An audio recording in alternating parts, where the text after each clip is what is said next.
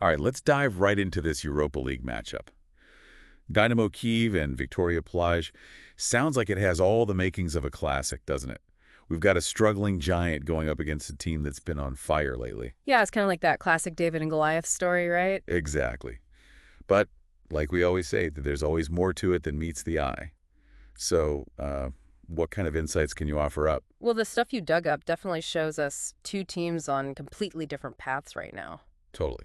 And, Dynamo Kyiv, they've got all this history, but right now they're sitting at the bottom of the table, 4 losses, haven't even scored a single goal in the Europa League. That's got to be tough. I did see they've got a couple of wins in their domestic league recently, so maybe that's a sign things are turning around. But man, that home record in Europe, 3 wins in 18 matches, that's got to be weighing on them. Yeah, you got to think it's playing on their minds, right? But there's a little nugget in your research that I found really interesting. Dynamo Kyiv has actually been pretty dominant against Czech teams in the past. Obviously, it's a small sample size, but still, you got to wonder, could this be the game where they finally break through? Interesting. I mean, we were just talking about how rough their home record has been lately. And I know you mentioned Plz's away record is pretty stellar, only 1 loss in their last 12 European away games. But hasn't Dynamo Kyiv's home crowd always been a factor? Could that come into play? You're right, the crowd can be a huge boost, especially for a team that's been struggling like Dynamo Kyiv. But Plzh, they just haven't seemed phased at all playing on the road. Think about that win against Real Sociedad. That was a statement win. Really feels like a turning point for them. Plus, this is actually their first ever time facing Dynamo Kyiv, so there's no history there, no baggage. A fresh start. Anything can happen. So let's shift gears a bit and talk about some of the players. Yeah. In your notes, you highlighted Vitaly Byalski for Dynamo. Seems like he's the guy who comes up clutch in big moments. Oh, absolutely. I mean, he's been directly involved in a goal in both of their last 2 wins. And get this, all 4 of his goals this season have been game winners.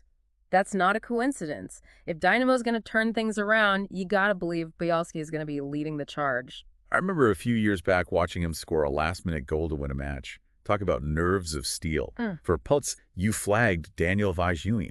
He had that incredible game-winning goal against Real Sociedad. Yeah. And it's not just that one game. The guy's got a crazy streak going 41 unbeaten matches when he scores. Talk about a good luck charm. If he gets on the score sheet, Dynamo's going to be in trouble. Just imagine these two guys, Byalski and Vašulín, both battling it out to be the hero for their team talk about must-see TV. Definitely adds another layer of intrigue, that's for sure.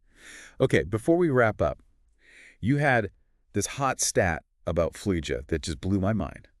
9 goals in their last 9 games, and all of them coming after the 80th minute. What's going on there? Is it a tactical thing? Fitness? Do they just love the pressure? It's a great question. Do they bring in some super subs late in the game that just change everything? Or maybe it's more of a mental thing, like they just believe they can pull off a win no matter what. Whatever it is, you do not want to take your eyes off this game, especially in those last few minutes. No doubt about it. This one's going to be a thriller. Okay. All right, so let's recap. Dynamo Kyiv, they need this win badly, and maybe their history against Czech teams will give them that little extra edge. And then we have Viktoria Plzeň. They've got all this momentum, and we know they can pull off some late-game magic. What a matchup. So as you're watching this game, I want you to ask yourself this.